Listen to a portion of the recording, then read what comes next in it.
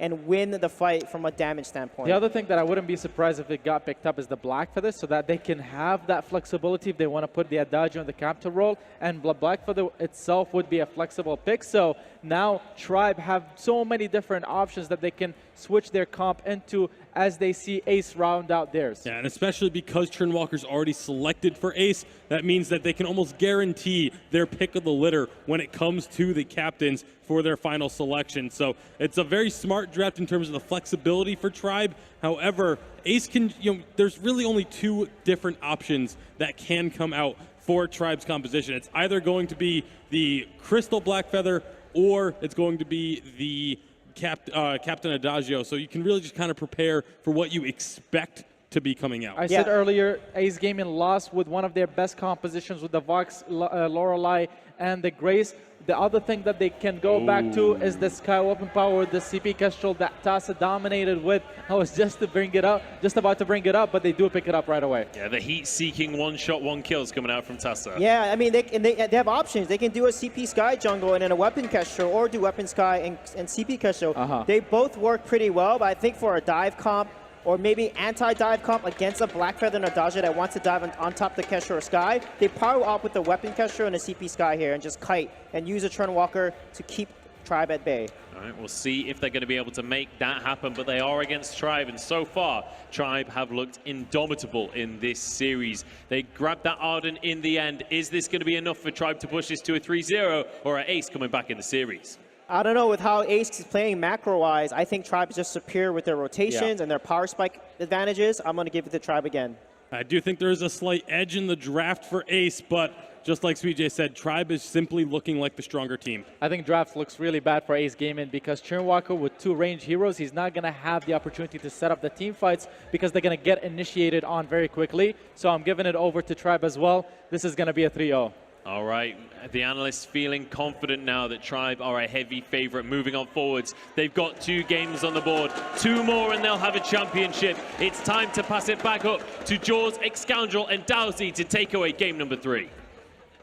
Thanks, guys, once again. Wow. Another 3-0 desk, all voting for Tribe once more. And I'm not going to lie, I'm not surprised over those last couple of games. Max Green has just looked like an absolute monster on the Churnwalker, but this time around, Tribe have it, Ace Gaming have it, sorry. Yeah, I mean, look, the composition that they're running, if you showed me that composition on 2.9, I'd have said, easy win, money's mine.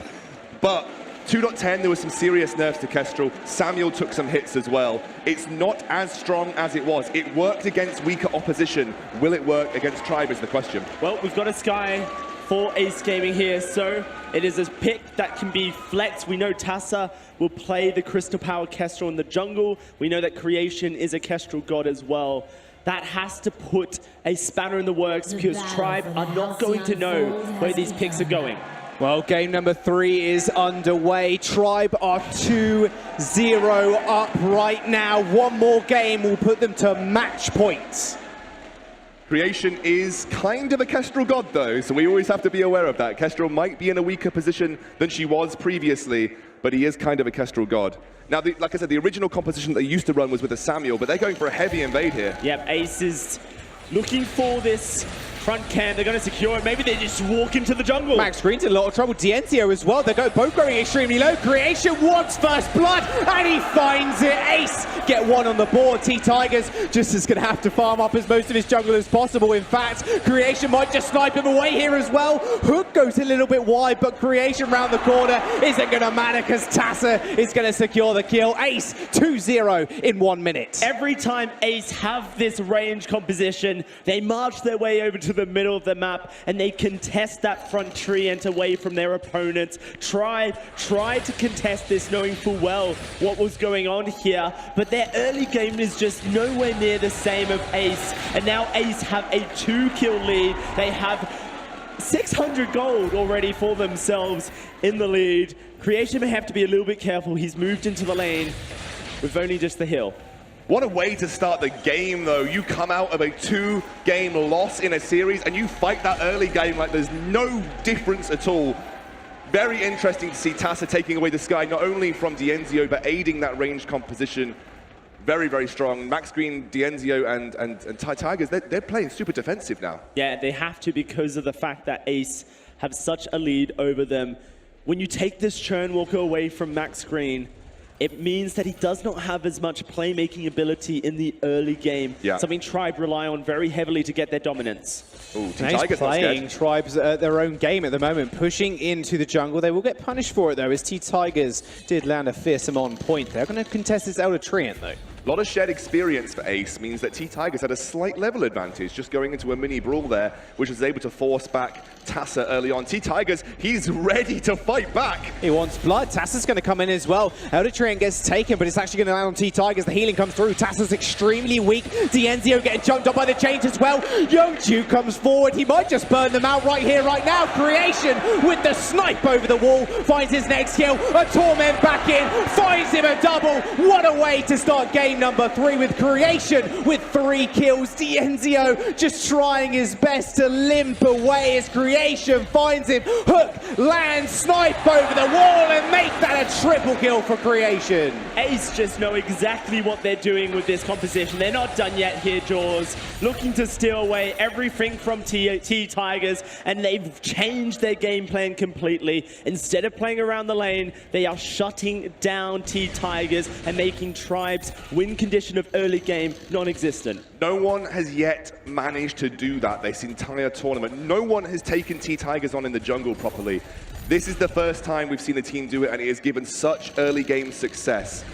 What a way. And also, just Creation. He is a Kestrel god. He is just a Kestrel god. And that's what I want to touch on, is that in that moment, Creation backported. All right, we're at 340. He's just finished his Sorrow Blade. That is unbelievable. That is the highest gold item that you can purchase at this stage of the game, and he's done it before 4 minutes. Incredible. But Creation was able to backport before that fight broke out, and Ace knew that he was coming with a Heavy Steel and a 6 Sins. That is ridiculous damage for Kestrel paired with a Churnwalker. Youngju's Churnwalker right now is just looking absolute fire. I mean, Max Green, this rookie that's risen up throughout challenges in the Vainglory 8, proving him to be a world-class captain. And Youngju just takes the reins, takes the chains, and says, this is how you play Churnwalker in the early game. Churnwalker is probably most teams' contested captain across this entire tournament. Most teams came in and said he was the strongest captain you could pick in a competitive format. I think that has thoroughly been shown across these next games. I think maybe Churnwalker bans is going to start coming through. If you look at the items right now, we have a Sorrow Blade, we have almost the components for whatever item that Tassa wants to build on this guy, whether it be Frostburn or Dragon's Eye. And Dienzio is sitting on the gold needed to buy a Poison Chip twice over, but he can't backport. And Ace will just take a turret through this immense pressure they're outputting. A 5-minute turret, and they don't think they're done just yet either. They're going to move towards the item shop, and this could be the complete reverse when you think about it in game number 2. Tribe maybe looking for a small invade. We've got Tassa now with a Frostburn as well. They're a whole item each ahead of Tribe at this current moment. Yeah, massive, massive item investment, and I'm sure Dynasty can talk to me about this as well, but the Frostburn build on Sky, it's something that's not commonly done because of the lack of CP, but what it is going to allow is it's going to facilitate creation.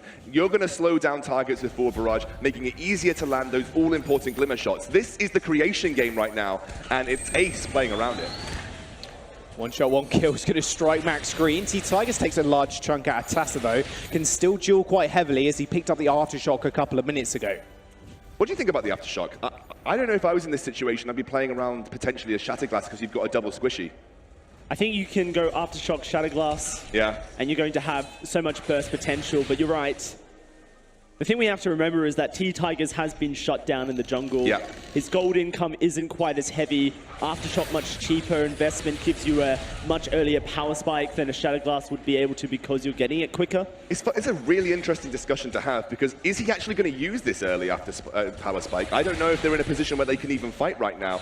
You know, if I was T-Tigers, maybe I would have gone forwards and waited a little bit. picked up the Shatter Glass, and post level 8 used that range advantage to poke down this double squishy.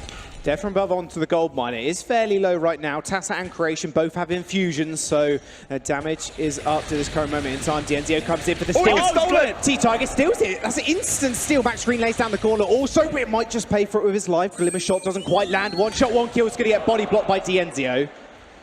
Good body block. No fountain used either. That is the power of a CP Blackfeather.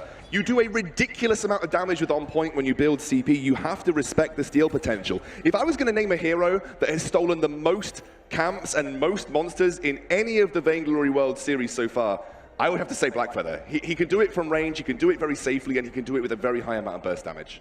T-Tigers has to be up there as well with camp stolen his way. Potentially, the only jungler that can contest that is Von C. But unfortunately for Team Solar Mid, they exited the tournament very early, so I'm sure those stats heavily weigh towards T-Tigers. Ace not going to allow this to deter them. They have such a huge lead at the moment, and their siege potential is so strong. Unless T-Tigers can flank, then it seems like Ace just will take turret after turret. Yeah, where's the wave clear from Tribe? How do you stop this without engaging? That's the thing. Tribe have to make a move to stop these turrets going down for free. You don't like have a Celeste to clear the waves. It's so important. Well, 30 seconds on Max Green's ultimate. Maybe that's their go button, but Ace is just pummeling them underneath this turret. One shot, one kill. Doesn't quite do any damage as the shield did come back on the turret itself, and Max Green going fairly low. Does jump in with the blood for blood. T-Tigers is there also. Youngju is going to be able to kite back with those chains. A Rosa offensive to try and get on top of Tassa and Creation, but they just cannot touch them right now without getting heavily polished by that Frostburn. And to touch on this aftershock point real quickly, T-Tigers is playing a very dip and dive style, sitting just outside of vision of Ace. He'll throw the on point over the wall, jump over with a feint of heart, trigger that aftershock, and then with the movement speed you get from your A, run away, allow that aftershock to reset, and he'll do it all again. See, now that I think about it, it actually makes a little bit more sense. The only way that you're going to see Tribe actually defend these turret sieges is by engaging, and that's going to be up to really T-Tigers jumping in that with that feint of heart, trying to get those aftershock procs onto the squishier targets. Despite this incredible early game from Ace, they're only 1,500 in the lead right now. That would have been much higher if you were flipping it on the other side of the board over the last two games. And not only that, the items that Tassa have prioritized don't give a huge amount of power to Tassa particularly. They facilitate Creation's damage. Ooh, Max Green takes a one shot, one kill. There's the Gauntlet gets laid down, but the Crucible's going to stop it, but not for Tassa. There's the big stun as well. He manages to get Dienzio and Max Green. No Crucible available, but T-Tigers manages to find the on-point kill onto Creation. One carry down, the next one to go, but Tassa is way too far out for T-Tigers to finish him off, and Max Green had to back as well. And to expand on that point, if Creation is dead, then Ace's damage is not there. There's no Dragon's Eye to stack up and sustain, so Tassa, whilst you have an Eve of Harvest for sustained, he's not really going to be out-damaging T-Tiger's burst. To make that in a really concise, if Creation is dead, Ace is dead. That is how that team comp is going to go for the moment. Maybe third item on Tassa will be different, but right now, he is their damage. Devin does stun. Oh, did that? No. I wish. Imagine a world.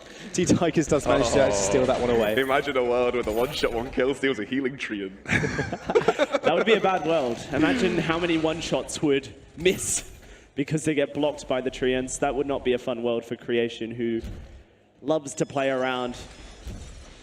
Wartread's second item for Youngju, really knowing that he needs to get on top of Dienzio and just get away from T-Tigers, in all honesty. Yeah, exactly. It's a defensive Wartreads coming out here from Youngju. They know that movement speed is so imperative to keeping Creation alive, and the only thing that really Tribe have got going for them is that gap closing. So if they can get him away with the Wartreads, even better. Last game we saw T-Tigers play this CP Blackfeather. Aftershock into Dragon's Eye gives him a much ramp up in the team fight.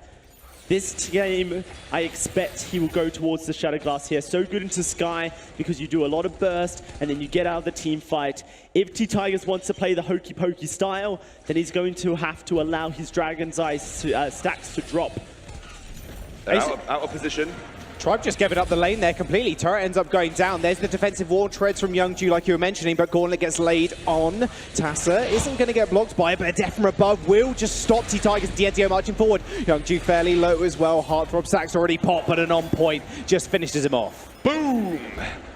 On point shot from T-Tigers. He gets the kill there. They managed to burst a lot of, especially Youngju took so much damage, he was forced to defensive fountain for his own safety purposes. No Crucible meant that he wasn't able to get out of that. Gauntlet was stuck there, stuck in the middle of that fight, and only Creation was able to escape. I love the idea from him though, hooking up everyone and then jumping into the Gauntlet stun. He's like, well, I'll be stunned, you'll be stunned. Maybe I can just walk away. One shot not quite able to steal away that gold miner. Creation does move forward, knowing that a couple of snipes will take them down. And it will be this Dragon's Eye coming out of T-Tiger, so clearly he's not afraid to stick into the team fight. And absolutely, and look over at Max Green. This is something that we very classically see against weapon power Kestrels.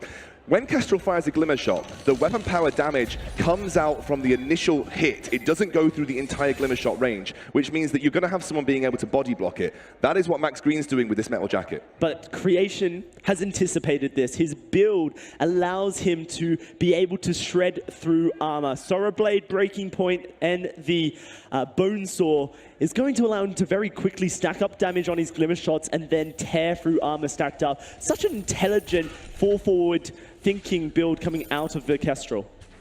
Late Crucible coming on live for Youngju though. The amount of times they've actually been stuck inside the Gauntlet, not able to do anything, is one too many, you must think. DNTO actually gets stunned up from that death from above. They are marching forward as well. Creation firing a couple of Glimmer Shots. Max Green, they're going to have to be careful of him though. He does have that Gauntlet online. You raise a good point, Jaws. It has been devastating for Ace to not negotiate their way out of that Crucible. And we're going to see two reflex blocks coming out on Tassa and Creation as well. Creation has had that for quite a while. Tassa has just recently picked that up. It means that the only real form of CC that's going to land, because no one expects the Verse of Judgment to really land, is going to be that Max Green Gauntlet. Until he gets an Echo, I think we're going to see Ace being able to navigate their way out of that pretty tricky obstacle. Crucible now completed as well, allowing for Youngju to be the exit route. Currently, Tribe struggling to find an in on this game. We talk about the mentality of the East Asian teams, Jaws, and how they are so good at resetting back to point zero, even when they're so far behind in a series. Yeah, and if you look at that turret lead, I mean, realistically, they played Tribe at their own game so early on. Tribe, they've been so aggressive in the early stages, but Ace were like, okay, we'll do the same thing. We'll send Creation in. He gets 4 kills so early on. He had a 5-minute Sorrow Blade, and now Tribe, they're really struggling to come back into this one, and with Tassa almost completing his 3rd item, he is going to be a menace to deal with when he gets Broken Myth online. I agree, but the one worry that I have about Sky on this update is that a 3-item build without Dragon's Eye is a 3-item build that's going to be low damage for Sky. We saw it yesterday from Ace. They had a full crit Rona, and the Sky was really not doing damage. It was just providing a bit of a slow to try and keep the Celeste at bay. But Creation did Creation things, and he was able to put the team on the back and carry them to victory. It was Youngju's Churnwalker once more, providing so much threat. It's such a playmaking captain and really allows someone to shine with that hook and chain and trespass. It's really interesting that Creation has gone for a breaking point build on this Kestrel. You often see Sorrow Blade into double Tyrant's Monocle into the Bonesaw. He's looking to play a little bit more of an elongated fight, relying maybe more on kiting with his basic attacks, and against something like a Black Feather that dives you very, very hard, you don't want to be stuck in place casting Glimmer Shots while he rains pain on you. You need to have that flexibility and mobility, and it gives him the sort of essentially the ability to ramp up in these fights. Kraken has come to the Halcyon Fold once more. An Echo has just been finished for Max Green here. I think Tribe will be feeling like this is their power spike to win team fights, really take back over the game. The gold is dead even at this point. This is interesting. T-Tigers picks up an Atlas Pauldron, something that you wouldn't classically see against the Kestrel. But simply because she's got that breaking point Bonesaw build, that is the case. Oh, engage. They're going to go for this big engage. DNTO is isolated down, but so is the Gauntlet. The Gauntlet is good. Creation gets stunned up, and now it's in a duel with T-Tigers, but it doesn't matter because DNTO's already fallen. A road defensive and put straight into the anti-camo, keeps Creation alive. T-Tigers jumps all the way back in, and Max Green secures the kill, but is it going to be enough? Tassa forward barrage and a death from above to separate him and Max Green. Green. He dashes straight backwards. T-Tigers just cannot land a shot, but Max Green is still alive somehow as well. Another reposition, and he's dodging dip dog, diving dodge around the tree ends. Tessa goes backwards. Max is a god, an unkillable demon, and Youngju is gonna just manage to find the stun, but Max Green and T-Tigers, they know they've won the fight already. We're going to keep chasing Youngju down here, try and get that ace, but creation spawn, so it will just be another point on the board for T-Tigers. One shot, one kill doesn't quite land. Tribe, they finally find the kill. Creation does end up spawning, so they don't actually get the ace buff. Really strange target prioritization coming out of Tassa there, going towards the most tankiest member of Tribe and the one that's not going to kill you. But Max Green says, you're going to focus me, watch how it's done, here's how it's done, and T-Tigers was able to just tear through the sky. Kraken is now going to get unleashed. Tribe, this could be the Kraken that lands them the match point. They are 2-0 up in this series, remember. Best of 7 only requires the 4 games. And look at Dienzio's build as well, super aggressive. And at this moment in time, it's all Max Green once again. Yeah, but also you've got to remember Dienzio, that last fight got shredded by Tassa. He's got no shielding. He does have to be careful in his own positioning, and that's something that's really important. T-Tigers is again putting on his carry pants and doing some incredible work. They get their first turret of the game here. Turret's going to go down. Defensive war treads again from Youngju. He's going to be able to kite back from this one. Kraken around half HP. T-Tigers is hitting like a truck as soon as he jumps in. Another on point lands. The gauntlet comes through. Crucible's going to be there also to keep Ace in the game and in the fight for the time being. One shot, one kill does land, but it only lands on T-Tigers. The Kraken takes 2 turrets, and Tribe decide to back off.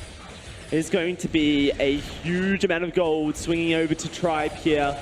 They have finally found themselves in the lead, and we're going to start to see some defensive items get prioritized for Dienzio, for T-Tigers. Dienzio's issue is that he's not been able to deal with Tassa's aggression so far, and with Creation prioritizing a 3-item Kestrel build and then defensives of each kind, he's actually able to survive in these gauntlets for quite some time.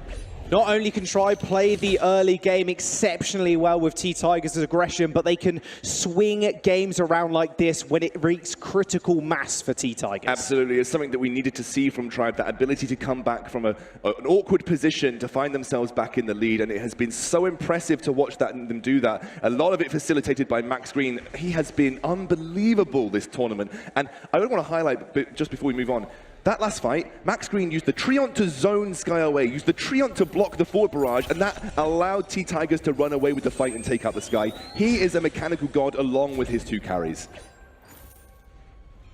Tribe looking to rotate and scale up just a little bit further here. T-Tigers going to run out on that Crystal Infusion, heads down to the shop, going to prioritize some Pierce now, considering the double Aegis there for Tassa and Creation. Yeah, that's important. You need to have that piercing shard in the bank to make sure you're at least getting through some of the Aegis. We talked to Hot Sauce earlier just to see how Tribe felt about the late game because of their early game dominance. Hot Sauce, of course, the coach, the analyst that's worked with Tribe all throughout the year here, and they felt like if they got a draft that didn't quite work in the early game, then they could alter it to scale up into the late game. We're seeing it here from Tribe, their ability to play around the strengths of T-Tigers, Max Green. Dienzio's not having the impact he would have wanted this game, but it's okay when you have stars like T-Tigers and Max Green to pick up the slack. Well, speaking of Dienzio, he said to me before the game even started, if we win game number 1, we will win the entire series, no problem. Full of confidence, as always, as you can expect from such a young player. Tribe are going to go in, the gauntlet gets laid down. Tassa's going to activate his own reflex block, and Youngju running away with those war treads. Max Green doesn't quite land the second gauntlet. T-Tigers from over the wall is going to get found out by Tassa. This is looking to be a complete reset here by Tribe, but Torment straight back in. Max Green goes fairly low, and it's just the poke wall right now. Dienzio as well has taken a couple too many glimmer shots and is going to force to use the boots. Youngju has 2 pairs of boots, 1 for each foot, but what it allows is for the war treads to disengage for Creation, and then Youngju to be able to immediately re-engage and get into that hook and chain range. Oh, that would have been so good. Wow, with Kraken spawning, Dienzio with the gift of fire keeps him alive by a sliver.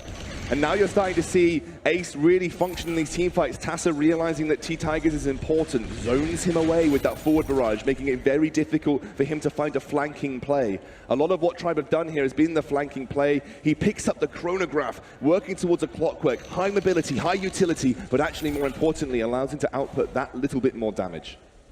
Won't be the Dragon's Eye for the entire team fight domination, but with Youngju to provide an amplification of damage when he lands multiple hooks and chains, then perhaps you don't need the Dragon's Eye if Creation can stay alive. Well, this is going back to what they've done in the last couple of games, was basically put Creation on this pedestal and say, you carry us. We got you so many early kills. We're going to facilitate you with the Frostburn, facilitate you with the high utility from the sky with the cooldown as well. We want you to carry. Max Green gets dragged back in. He does Vanguard towards T-Tigers. Death from Above doesn't quite land. He doesn't want to fight until that Echo is up. That is such an important item for Anaden. The double gauntlet wall, when used properly, can really help you negotiate through reflex blocks and crucibles. They need to make sure that those are correctly placed. Max Green's last double gauntlet was the first time we've really seen him falter ever so slightly. We'll have to get things back together.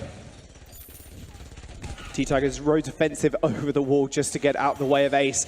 Ace just toying with the Kraken at this point, just letting it reset. If Tribe do back, if they do make one mistake, you best believe Ace are going to capitalize on it. And in fact, they're looking like they're going to commit now. Infusion picked up from Creation as well for the added damage, but they're going to get flared out instantly. Max Green has his Echo off cooldown now, so he wants to be able to find and engage, but running through that tri-bush only facilitates the hook and chain ease of land for Youngju, and so it's a very difficult piece of terrain to navigate for Tribe. You can see that they're playing very cautiously here. It's so difficult at this stage in the game to finish an item. Simply because you have to spend so much gold on infusions to keep up with your opponents. You're looking at half a completed item for Tassa and half a completed item for T-Tigers. They're going to have to consistently grind their way. I wouldn't be surprised if we don't even ever see that gets completed before the end of the game. Right now you see actually Creation giving away all of his last hits to Tassa so that that chronograph can be turned into a clockwork and allow for even more mobility, even more forward barrages to control the team fight. Yeah. And it's such a big spike over T-Tigers as well, who's still sitting on just 2 damage items. The benefit for T-Tigers is that he has got the Dragon's Eye. He will ramp up, and that acts like a second item when you get to sort of 9 stacks, but it's still hard to make that happen right now. This is one of the only times we're actually seeing Dienzio on par farm. And I say on par because normally he is actually ahead by a majority of CS. I mean, realistically, last game, we're talking 40 to 50 over Creation. Right now, it's only about 10, one of the smallest leads he's actually had. And it's very unlikely that these carries prioritize farm anymore. That's a huge cooldown item coming through, a huge item. Just in fact, the clockwork has been completed by Tassa here. And it was because they donated all of that gold over to him. It is difficult when you're just farming the jungle or farming the lane separately. T-Tigers is working towards what I imagine will be a broken myth. He's got a little bit to go, but I don't think they're going to want to fight until he's finished that up. Yeah, Dienzio is going to allow for T-Tigers to march up into the lane, take those last hits. It's no longer about the CS score here. It's about getting that third tier 3 item online for your jungle. The problem that we're facing here is that Dienzio does not have any form of armor penetration. He's going up against 2 metal jackets at this point. The flexibility of Creation's build, so different from the usual Kestrel builds that we see, is that it allows him to pick up a second defensive item. Most Kestrels do not have that ability because they utilize 4 weapon power items. Broken Myth's been completed now for T-Tigers, but his Crystal Infusion is running thin. Once that Crystal Infusion's gone, Ace Gaming would have the perfect window of opportunity where their power is just that little bit more over Tribe. They can look to really rub it in the faces. Tribe looking for the flank here. There is the gauntlet. However, Crucible is used. War Treads also from Youngju to escape. Echo bit popped also from Max Green to refresh the cooldown on the gauntlet. So realistically, Tribe still have one more tool to engage with. That Crucible is down for only 30 seconds though. If they're going to make a move, they have to make it fast. And Dalsey's right, T-Tigers has just lost his infusion. You cannot fight at this stage. We're not reflecting the infusions that your opponents have. It's just too difficult to sort of match the damage output. He's nearly there though. Should be able to buy one up now. There we go.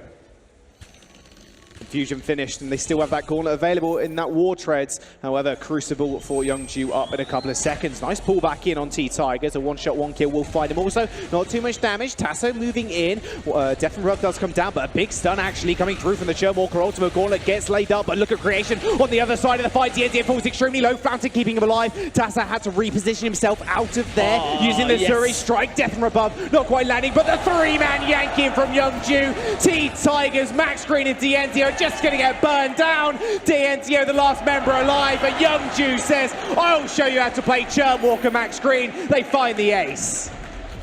Tribe kicked that fight off in a way they haven't done so yet, focusing down Tassa, the weakest and most squishiest member of the Ace Gaming roster, but Youngju controlled the team fight so well, paired that Torment in, and right now Ace are looking to get their first game in this series. Tribe were on the ropes, and it looked like a very Ace Gaming from the start. Creation with 4 kills, turned that into 6. One turret falls, the second one is to follow. The crystal will shatter, and Ace Gaming find their first win in the series. Ladies and gentlemen, we have a series on our hands. Just like in 2016, things are fighting back, and it is now